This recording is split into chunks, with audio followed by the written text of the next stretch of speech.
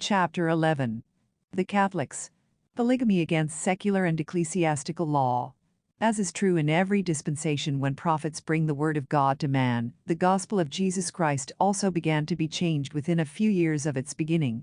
Departure from true principles did not occur suddenly, but rather with small compromises, gradual changes and alterations similar to the setting of the sun when darkness slowly overtakes the light. During Christ's ministry there were thousands who came to listen and follow him, but just before his crucifixion, all the disciples forsook him and fled. Matt 26:56. Jesus warned his disciples that dangers would come from within their own ranks. They shall put you out of the synagogues, churches, John 16:2. Paul wrote to the saints, the mystery of iniquity doth already work, 2 thus, 2:7, and I marvel that ye are so soon removed from him that call you into the grace of Christ unto another gospel, Gal. 1:6. To the saints in Asia he said, all they which are in Asia be turned away from me. 2 Tim. 1:15, but evil men and seducers shall wax worse and worse, deceiving, and being deceived. 2 Tim. 3:13, then again, the time will come when they will not endure sound doctrine, but after their own lusts shall they heap to themselves teachers, having itching ears, and they shall turn away their ears from the truth, and shall be turned unto fables. 2 Tim. 4:3-4. Peter also warned, but there were false prophets also among the people, even as there shall be false teachers among you, who privily shall bring in damnable heresies. 2 Peter 2:1. John also noted this apostasy when he said they had tried them which say they are apostles, and are not, and has found them liars. Rev. 2:2. He also wrote to the 7 churches in Asia, condemning each of them for extremely wicked sins. Jude tried to persuade the saints to earnestly contend for the faith which was once delivered to the saints. For there are certain men crept in unawares. Jude 1:3-4. How can such conditions be possible? Persecution is not the only means to destroy a religion. Its worst danger comes from the weaknesses and unfaithfulness of its own leaders. If opposition by force against the truth is not successful, Satan then resorts to infiltration. At first he hoists certain half-hearted men into positions of power and influence within the ranks of Christ's own disciples. He selects men who will abandon the laws of God for the laws of man.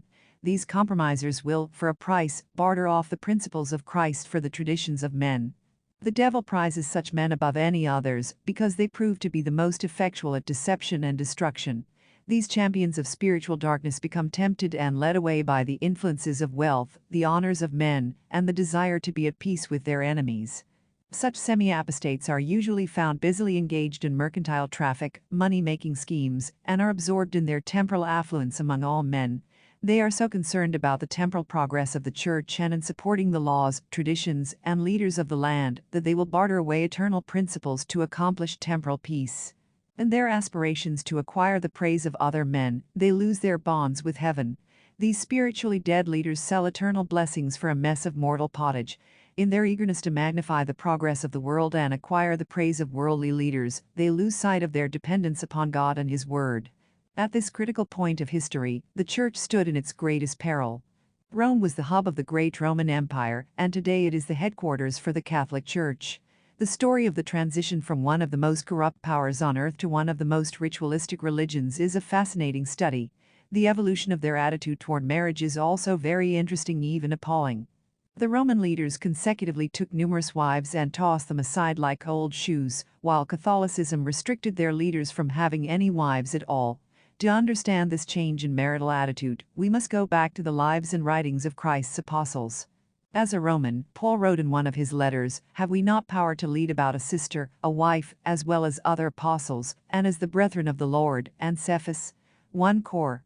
9:5, he also said, "Let every soul be subject unto the higher powers, for there is no power but of God. The powers that be are ordained of God." Rom. 13:1.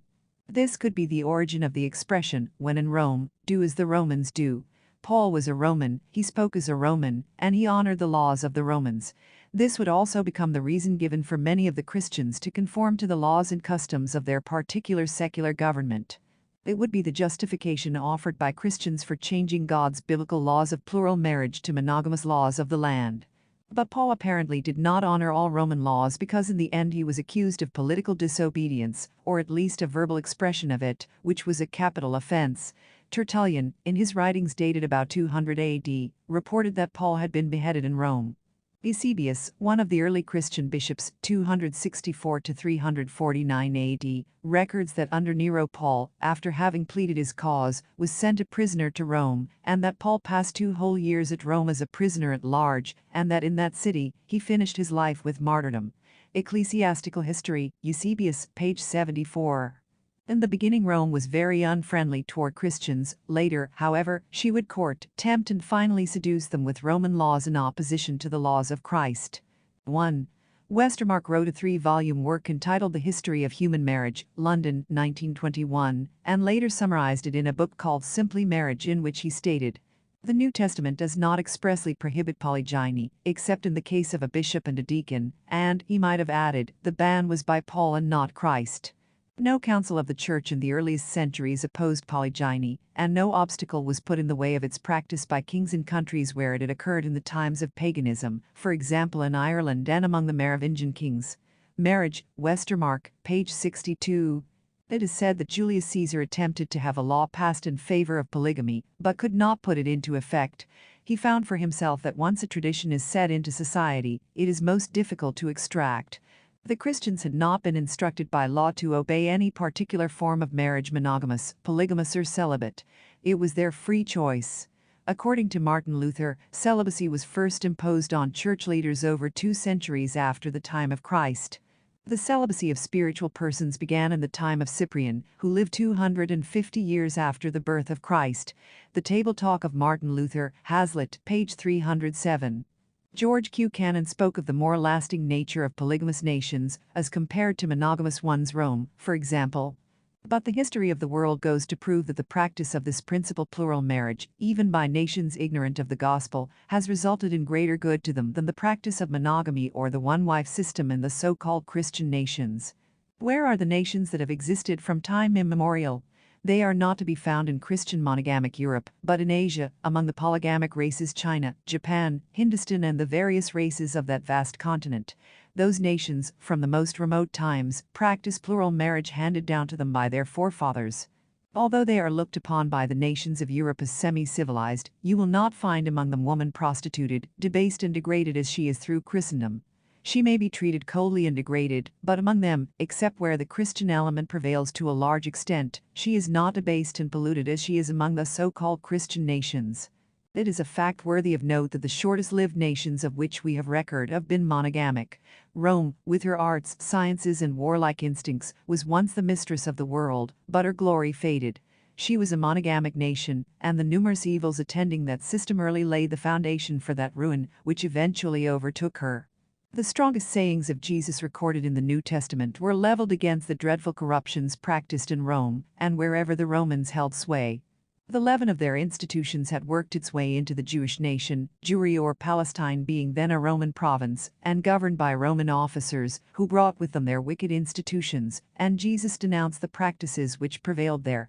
J.D. 13:202. When did Christianity adopt the law of monogamy from the Romans? The answer is easy. The marriage laws of the Romans entered into Christianity about the same time most of their false doctrines did, nearly 300 years after the establishment of Christianity. It is true that many small and gradual changes took place within the Church of Christ shortly after the death of Jesus, but most of the critical deviations came through the actions of Emperor Constantine. He probably had more influence on what Christians eventually believed than did Christ himself. The Diocletian oppression was the last of the great persecutions brought by pagan Rome against Christianity as a whole. A stupendous change, amounting to a revolution, now appears in the affairs of the Church. Constantine, known in history as Constantine the Great, became Emperor of Rome AD 306 and reigned 31 years. The Great Apostasy, James E. Talmage, page 75. Constantine turned from the persecution of Christians to placing them in a position of worldly honor, rank, and the highest of privileges. The unbelieving Romans became Christians, and the Christians began to think, act, and live like Romans. Philip Schaff, a noted historian, describes this conversion. The reign of Constantine the Great marks the transition of the Christian religion from under persecution by the secular government to union with the same, the beginning of the state church system. Page 4. The despised sect, which, like its founder in the days of his humiliation, had not where to lay its head, is raised to sovereign authority in the state, enters into the prerogatives of the pagan priesthood, grows rich and powerful, builds countless churches out of the stones of idol temples to the honor of Christ and his martyrs, employs the wisdom of Greece and Rome to vindicate the foolishness of the cross, exerts a molding power upon civil legislation, rules the national life, and leads off the history of the world. Page 5. Now, too, for the first time, could ecumenical councils be held, in which the Church of the whole Roman Empire was represented, and fixed its articles of faith in an authoritative way. Page 7. Constantine, the first Christian Caesar, the founder of Constantinople and the Byzantine Empire, and one of the most gifted, energetic, and successful of the Roman emperors, was the first representative of the imposing idea of a Christian theocracy, or of that system of policy which assumes all subjects to be Christians, connects civil and religious rights, and regards church and state as the two arms of one and the same divine government on earth. Page 12. History of the Christian Church, Schaff, Vol. 3. Thus, the gradual merging of Christ and Caesar culminated at the time of Constantine. Here was a man for all seasons, a man who revolutionized both Christianity and the Roman Empire. Romans became Christians and Christians became Romans. What kind of man was Constantine? A keen supporter of the gladiatorial games during his youth and a commander who threw his German prisoners to wild beasts, Constantine executed both his wife, Fausta, and his eldest son, Crispus, by ordering that they should be slowly suffocated in the hot rooms of their bathhouses. For some while he divided his allegiance between the sun god and the Christian savior, and he would appear to have valued Christian relics primarily as magic-working charms. The Colosseum, Life Incorporated, page 69. Constantine was a showman. He knew how to invite, persuade, and rule over people. As an emperor he certainly acted the part. He not only enmeshed the Christians and the Romans nationally, but he also blended their religious, economic, social and political ideals.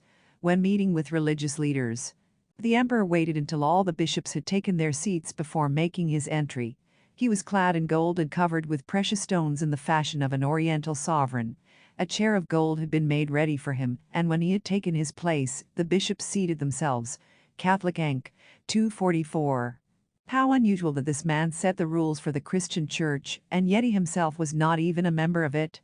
He professed it as his faith, but was not baptized until just before his death. B. H. Roberts explained why he delayed his baptism. A professed Christian for many years, if we may believe Lactantius and Eusebius, he postponed his baptism, after the fashion of his times, until the very last year of his life, in order that, purified at once from all the stains of sin by means of it, he might be sure of entering into bliss. Such the explanation of those who would defend this delay of the emperors, but one cannot fail to remember that it was quite customary at this time among many professing the Christian religion to put off baptism, as long as they dared, that they might enjoy a life of sin, and then through the means of baptism, just before death, as by magic, obtain forgiveness. DHC 1 IV, Introduction. Constantine was not baptized into the church until 337 AD, only days before his death, the ceremony presided over by Eusebius, the personage of somewhat grievous notoriety. The early history of the church, Abdushane 271, it was well said that his baptism was an event that Constantine had been hedging all his life, trying to be a Christian to the Christians and heathen to heathens. Nicene and post-Nicene Fathers 1 556. By the turn of the 5th century, the gladiator schools were closed, and by 404 AD gladiator games were abolished. However, criminals and enemies were sent to the Colosseum to fight wild beasts for another 100 years. Some, but not all, of the practices of paganism began to disappear. However, many Roman customs, traditions and laws have continued to the present time. The leadership of Rome gradually changed from emperors to popes, and their standards of morality and marriage evolved accordingly. The sexual licentiousness under the emperor's monogamy changed to the strict moral ethics of the pope's celibacy from one end of the moral spectrum to the other. But even with this reversal from total sexual indulgence to complete abstinence, polygamy was still against the law. Ironically, plural marriage sanctioned by God was outlawed, but celibacy, which was prohibited by God, became a law for the priests. Living a celibate life was in direct opposition to such scriptures as, "Therefore shall a man leave his father and his mother, and shall cleave unto his wife, and they shall be one flesh." Gen. 2:24, and "be fruitful, and multiply, and replenish the earth." Gen. 1:28. When the Roman Empire and the Christian Church were unified, they both compromised their principles. In the process, the Christians lost some of their true principles and replaced them with some of the false Roman ones. The state might have had to yield, but now that it had protected the Church and showered privileges and wealth upon her, it demanded all the more her absolute surrender. Thus might the friendship of the Roman state have proved more dangerous than its enmity, and in the embrace of the empire, the spiritual power of the Church ran the risk of suffocation. Outlines of Church History, Rudolf Sohm, page 46. Persecution by the Romans was a means of purifying the Church, but when they were offered goodwill, favors, offices, wealth and power, it was poison to the body of the Christian religion. Roman laws became more and more acceptable to the Christians, and monogamy was one of them. Around the year 400 AD, restrictions increased for persons who wanted to become members of the priestly offices.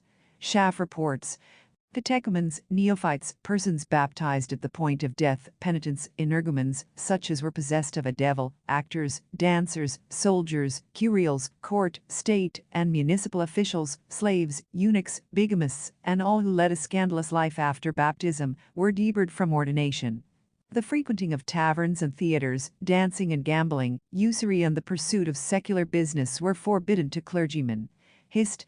Of the Christian Church, Schaff, 3256.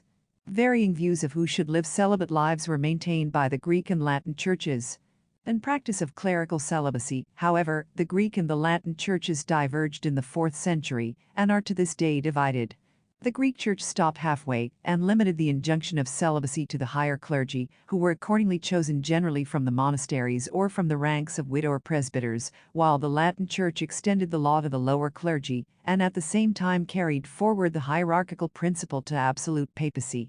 It sets virginity far above marriage and regards marriage only in its aspect of negative utility. In the single marriage of a priest it sees in a measure a necessary evil, at best only a conditional good, a wholesome concession to the flesh for the prevention of immorality, and requires of its highest office-bearers total abstinence from all matrimonial intercourse. It wavers, therefore, between a partial permission and a partial condemnation of priestly marriage. In the East, one marriage was always allowed to the clergy, and at first even to bishops, and celibacy was left optional.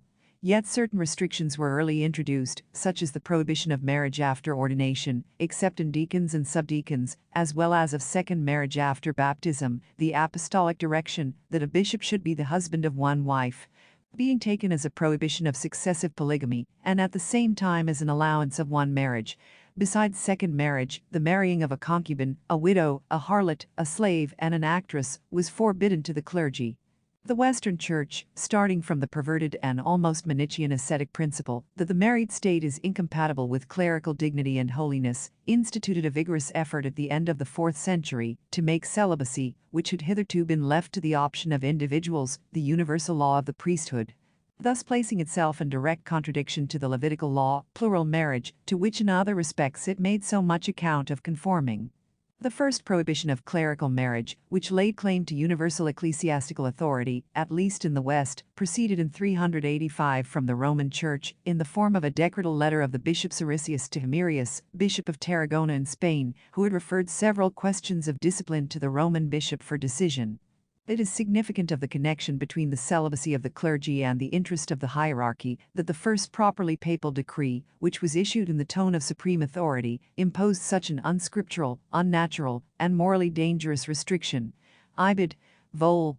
3, 242, 243, 247. Thus, Christianity emerged from years of persecution into the role of a national religion. It had struggled through divers troubles and inflictions, but with the church elevation, the poor, simple, devout disciple was lifted into executive offices of business and government. A new kind of man, proud and rich, with special privileges and immunities, replaced the humble disciple of previous years. It was a new church with new leaders, and it soon incorporated new doctrines and new laws. The emperors enacted and enforced the observation of the ecclesiastical as well as of the civil law. Theodosius and Gratian define or ratify the definition of doctrines, declare and condemn heretics. Justinian is a kind of caliph of Christianity, at once in the authoritative tone, and in the subjects which he comprehends under his decrees he is a pope and an emperor. The Emperor Justinian, having now reunited the Eastern and Western empires, aspired to be the legislator of the world, on Christendom and on the Roman Empire. According to his notions commensurate, he would bestow a full, complete, indefeasible code of law. Hist. Of Latin Christianity, Henry A. Millman, 2-4-5. In spite of all the rules and regulations against plural marriage, there seemed to be a continuous undercurrent of thinkers and writers who kept probing into the subject. Many prominent men both in and out of the church entered into that marriage system. Even some of the most recognized scholars of the Catholic Church wrote favorably of it. One such person was Saint Jerome, 331–420 AD. He was a student of Greek and Roman literature and became the literary secretary to Pope Donatus. Besides his many famous defensive letters in behalf of Christianity, his greatest work was translating the Bible into the Latin Vulgate, which became the Bible of Western Christendom until the Reformation. He ranks as one of the 4 doctors of the Latin Church. Aeneas, a Roman nobleman, asked Jerome to back him in a protest against Carterius, a Spanish bishop who acted contrary to the rule that a bishop should be the husband of one wife, because Carterius had married a second wife.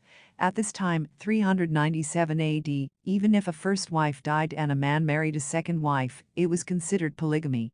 Jerome defended the bishop rather than siding with Aeneas. A Spanish bishop named Carterius, old in years and in the priesthood, has married 2 wives, one before he was baptized, and, she having died, another since he has passed through the laver, and you are of opinion that he has violated the precept of the apostle, who in his list of episcopal qualifications commands that a bishop shall be the husband of one wife. I am surprised that you have pilloried an individual when the whole world is filled with persons ordained in similar circumstances. I do not mean presbyters or clergy of lower rank, but speak only of bishops, of whom if I were to enumerate them all one by one, I should gather a sufficient number to surpass the crowd which attended the Synod of Ariminum. Nicene and Post-Nicene Fathers, 6-142. The doctrine of the Catholic Church in those early days considered it plural marriage when anyone married for a second time, even if the second marriage was after the death of the first companion. However, even though it was a doctrine of the Church, many priests and leading members did not consider it a sin. Jerome once stated, "When one thing is good and another thing is better, when that which is good has a different reward from that which is better, and when there are more rewards than one, then, obviously, there exists a diversity of gifts." The difference between marriage and virginity is as great as that between not doing evil and doing good, or, to speak more favorably still, as that between what is good and what is still better. Moreover, when he, Paul, goes on to compare monogamy with digamy, a second legal marriage after the death or divorce of the first spouse, he puts digamy after monogamy, just as before he subordinated marriage to virginity. Can anyone, moreover, be so unfair in his criticism of my poor treatise as to allege that I condemn first marriages, when he reads my opinion on second ones as follows? The apostle, it is true, allows second marriages, but only to such as cannot contain, lest when they have begun to wax wanton against Christ, they marry, having condemnation because they have rejected their first faith, and he makes this concession, because many are turned aside after Satan. Having thus brought forward proofs that second marriages are allowed by the apostle, we at once added the remarks which follow. As marriage is permitted to virgins by reason of the danger of fornication, and as what in itself is not desirable is thus made excusable, so by reason of the same danger widows are permitted to marry a second time. I mark my own view of these practices with the words, "All things are lawful, but all things are not expedient." I do not condemn digamists nor yet trigamists, nor even, to put an extreme case, octogamists. Not to condemn is one thing, to commend is another. I may not praise it as meritorious. Nicene and Post-Nicene Fathers 670. Jerome said the Church had protected men from sins of all kinds, yet they worried about 2 lawful married wives. Jerome wrote, "All fornication and contamination with open vice, impiety towards God, parricide and incest, the change of the natural use of the sexes into that which is against nature, and all extraordinary lusts, are washed away in the fountain of Christ. Can it be possible that the stains of marriage are indelible, and that harlotry is judged more leniently than honorable wedlock?" Ibid. Page 143. Jerome continued by saying that the Church made it more tolerable for a man to be like the Scots and the Atticati and the people of Plato's Republic, to have community of wives who were concubines or mistresses, rather than wedded wives. Ibid. Page 143. He quoted the scripture indicating that marriage is honorable and the bed undefiled, and spoke of Paul the Apostle.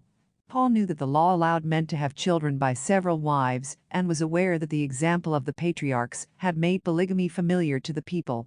Even the very priests might at their own discretion enjoy the same license. See Lev. 21:7-14. Ibid. Page 144. Jerome concludes his remarks by saying, I will ask you the following question: can a man who before his baptism has kept a concubine, and after her death has received baptism and has taken a wife, become a clergyman or not? You will answer me that he can, because his first partner was a concubine and not a wife. What the apostle condemns then, it would seem, is not mere sexual intercourse, but marriage contracts and conjugal rights. Many persons, we see, because of narrow circumstances, refuse to take upon them the burden of matrimony. Instead of taking wives, they live with their maidservants, and bring up as their own the children which these bear to them. Be careful therefore not to interpret the words "the husband of one wife, that is, of one woman," as approving indiscriminate intercourse, and condemning only contracts of marriage. Ibid. Page 145. From these letters it can be seen how strange doctrines were soon coming into the church, and many of them aimed at condemning anything close to polygamy. The problems in polygamy can easily be doubled or tripled over those of a person living monogamy. As a matter of fact, a man who lives plural marriage should be a philosopher with a sense of humor. St. Jerome gives a good example. Socrates had 2 wives, Xanthippe and Myron, granddaughter of Aristides. They frequently quarreled, and he was accustomed to banter them for disagreeing about him, he being the ugliest of men, with snub nose, bald forehead, rough-haired, and bandy-legged. At last they planned an attack upon him, and having punished him severely, and put him to flight, vexed him for a long time.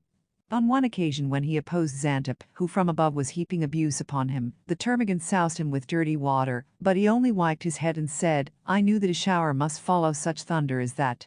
Nicene and Post-Nicene Fathers, 6 384. Plural marriage had its difficulties at home and abroad, but its worst enemy was the Catholic Church.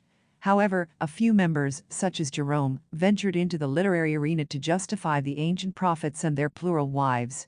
Another was St. Aurelius Augustine, 353–430 AD, who was one of the Christian fathers and wrote much on the history and doctrine of the early Christian Church.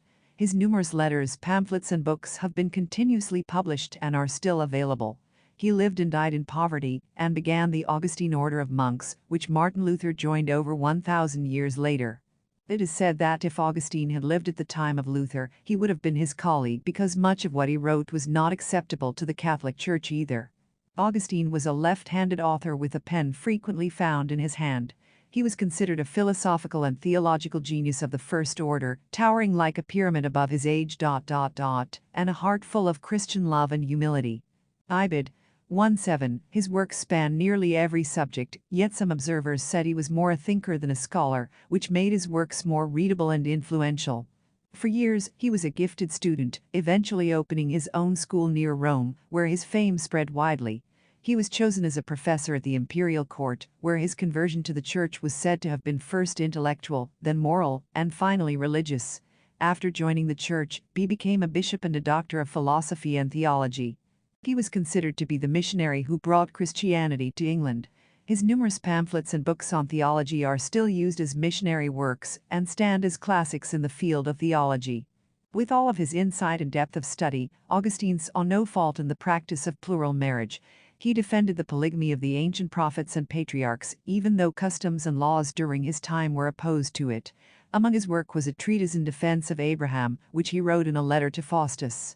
Faustus, a member of the Manichaeans, an anti-Christian religious order, wrote to Augustine, objecting to many things done by the ancient prophets, including plural marriage.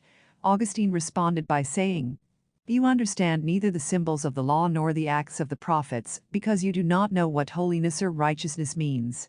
As if a deaf man, seeing others move their lips in speaking, were to find fault with the motion of the mouth as needless and unsightly, or as if a blind man passing his hand over the surface of the wall, and on coming to the windows, were to cry out against them as flaws in the level, or were to suppose that the wall had fallen in.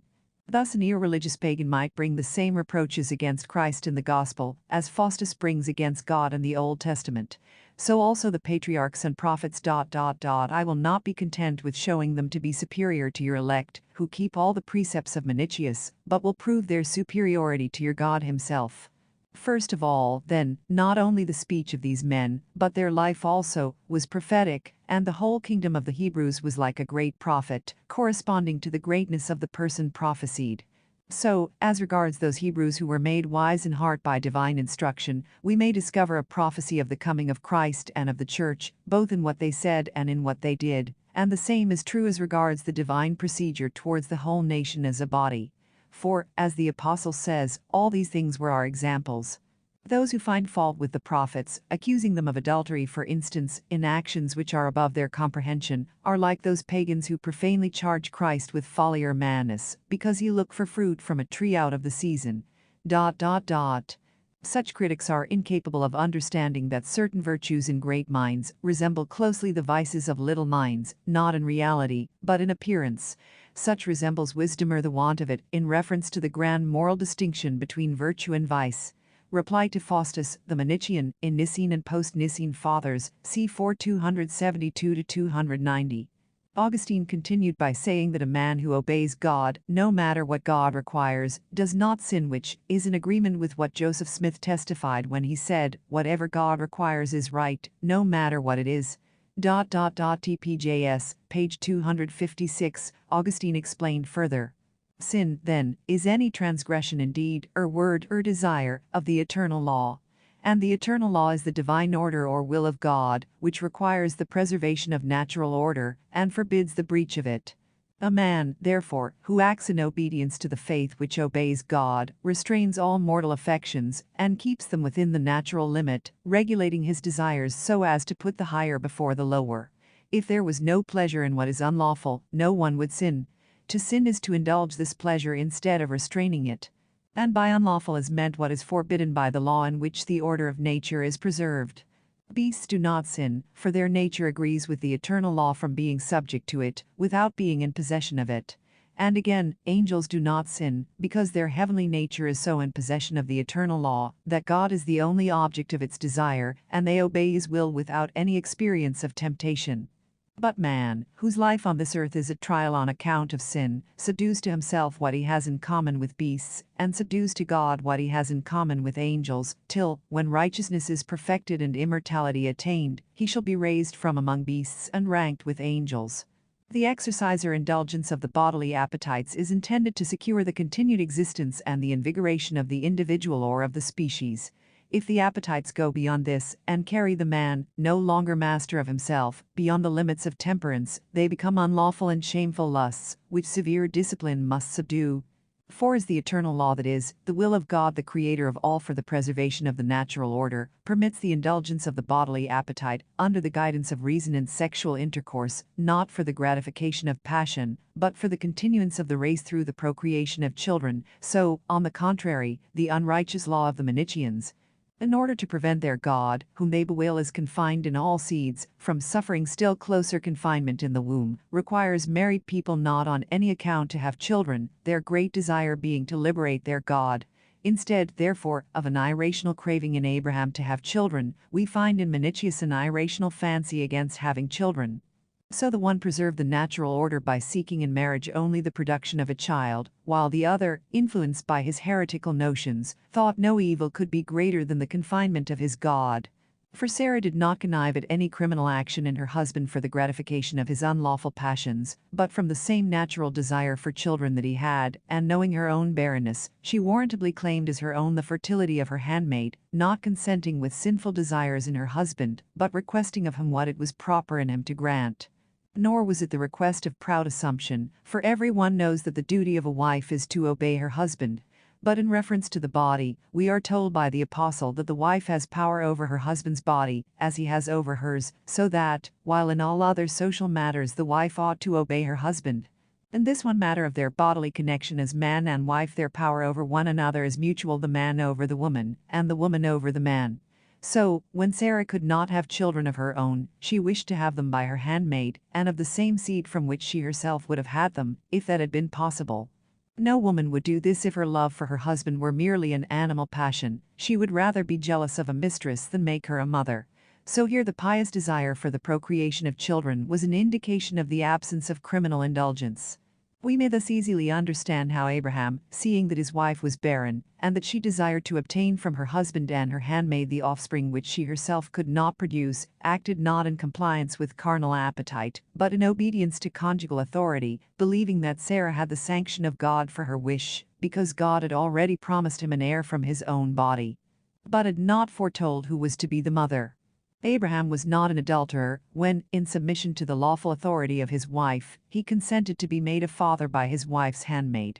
But, from the nature of the relationship, for a wife to have two husbands, both in life, is not the same thing as for a man to have two wives, so that we regard the explanation already given of Abraham's conduct as the most correct and unobjectionable. Jacob, the son of Isaac, is charged with having committed a great crime because he had 4 wives. But here there is no ground for a criminal accusation, for a plurality of wives was no crime when it was the custom. There are sins against nature, and sins against custom, and sins against the laws. In which, then, of these senses did Jacob sin in having a plurality of wives? As regards nature, he used the women not for sensual gratification, but for the procreation of children. For custom, this was the common practice at that time in those countries. And for the laws, no prohibition existed.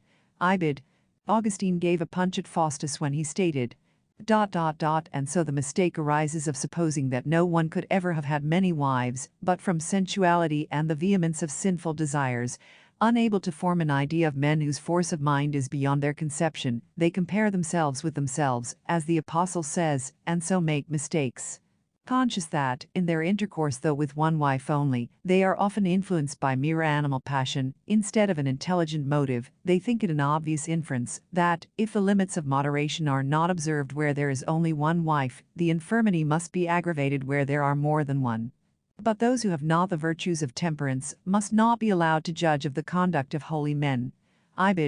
Augustine wrote many pages of justification and explanation for plural marriage, and his arguments and reasoning are logical, original, and have a depth of understanding not often found in other defenses of polygamy. John Cairncross acknowledged and respected these great Catholic scholars for their honesty. Not only is there nothing in the Bible contrary to polygamy, the fathers of the Church, Augustine and Jerome, did not condemn it in the Old Testament. In early Christian times, it was common. Even Charlemagne had several wives. It was only the evil spirit which prevented polygamy from becoming customary. Gradually priestcraft became more and more powerful. It is all the fault of the devil and Rome. The Church imposed not only monogamy but the celibacy of the priests, and also Church control of marriage, which had formerly been a civil affair. After polygamy was made a sin, Cairncross, page 80. Durand said that during the years 511–614 AD the heads of France generated an aristocracy. They were proud of their long beards and silken robes, and almost as polygamous as any Moslem save Muhammad. Story of Civilization 493, even in 628 King Dagobert had 3 wives. Justinian II summoned a council to meet in Constantinople in 692. This council group claimed all the privileges that the Pope of Rome did in his council decisions. One of the new doctrines permitted marriage to deacons and presbyters, and condemned the Roman prohibition of such marriages. The Greek Church still maintains this permission. A History of the Christian Church, W. Walker, 2–147. Charlemagne the Great, 742–841, succeeded to the throne as king of the Franks and annexed France and a large part of Germany. In 800 AD he was proclaimed Caesar by Pope Leo III. As an emperor, he spread Christianity and learning throughout the empire. See New Modern Inc., page 213. Strangely enough, this man had several wives. For many years the leadership of the Roman Catholic Church had mixed opinions on plural marriage, and apparently the popes never instigated any definite doctrine against it until the year 866. The occasion was when Prince Bogoris of Bulgaria, with many of his people, joined the Church. Plural marriage was a major concern to them, so they wrote to the Pope for the official view on the subject. Pope Nicholas I wrote, "Therefore, if one is found to have 2 wives at the same time, he is to be compelled to lose one and keep the first. Can polygamy be compatible with Christianity?"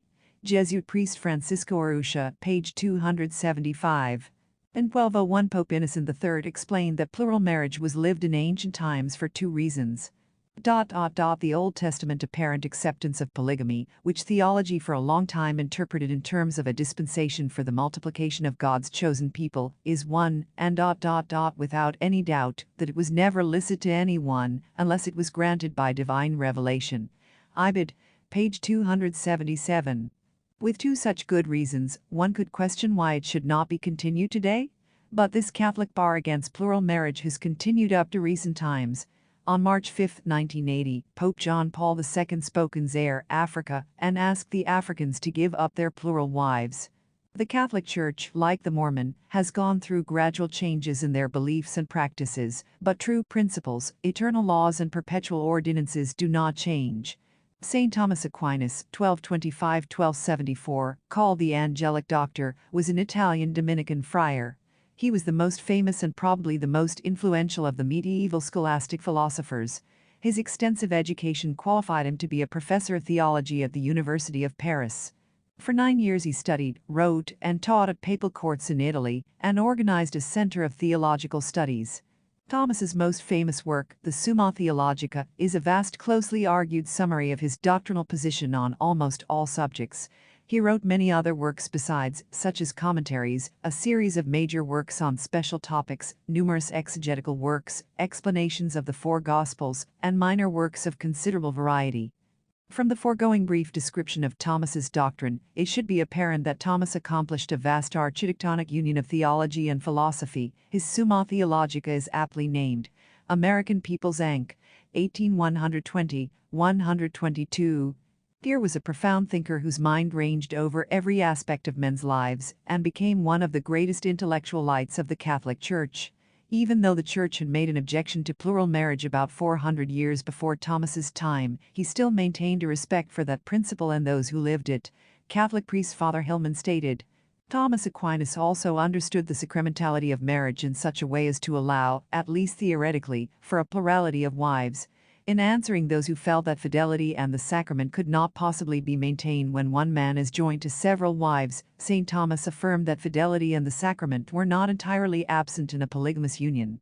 Polygamy Reconsidered, Hillman, page 203. In Thomas's own words, he wrote, Now the faith to be kept with God is of greater import than the faith to be kept with a wife, which is reckoned a marriage good, and than the signification which pertains to the sacrament, since the signification is subordinate to the knowledge of faith. Hence it is not unfitting if something is taken from the two for the sake of the good of offspring. Nor are they entirely done away, since there remains faith towards several wives, and the sacrament remains after a fashion, for though it did not signify the union of Christ with the Church as one, nevertheless the plurality of wives signified the distinction of degrees in the Church, which distinction is not only in the Church militant, but also in the Church triumphant. Consequently their marriages signified somewhat the union of Christ, not only with the Church militant, as some say, but also with the Church triumphant where there are many mansions. John 19:2, Summa Theologia, Supplement, page 65. Going back in time, the Northmen were Teutons who came up through Denmark into Sweden and Norway. An early chief, Dan Michelati, gave his name to Denmark Dan's March. Norge or Norway was taken from the North Way. Their chiefs in the 10th century made inroads to those countries. Harald Bluetooth 945–85 gave Denmark Christianity, and King Olaf Skotkonung made Sweden Christian.